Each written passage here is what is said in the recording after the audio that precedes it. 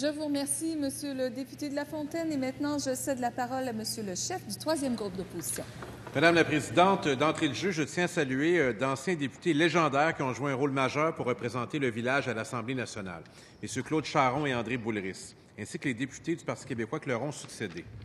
Notre famille politique a été responsable d'avancer des droits importants depuis l'amendement à la Charte québécoise des droits et libertés en 1977 jusqu'à la reconnaissance des droits des personnes trans, en passant par l'Union civile en 2002.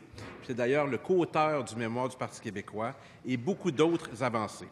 À quelques jours du 17 mai, une date importante, notre engagement est clair, nous poursuivons dans cette direction.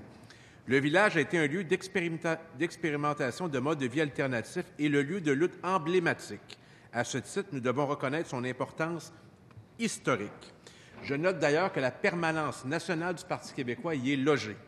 Notre rôle est donc aussi d'être les porte-parole des résidents du village qui regardent avec inquiétude ces évolutions récentes.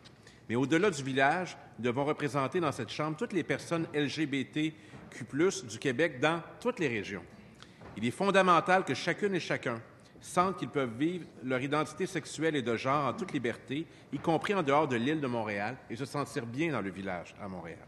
Il nous reste encore beaucoup de travail à faire en ce sens.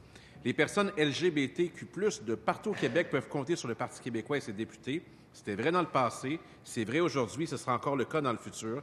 Et j'annonce cette participation au grand défilé de la fierté. Je suis convaincu, je rencontrerai plusieurs membres de cette Chambre qui seront unis pour la diversité, pour le respect et pour l'amour de tous. Merci.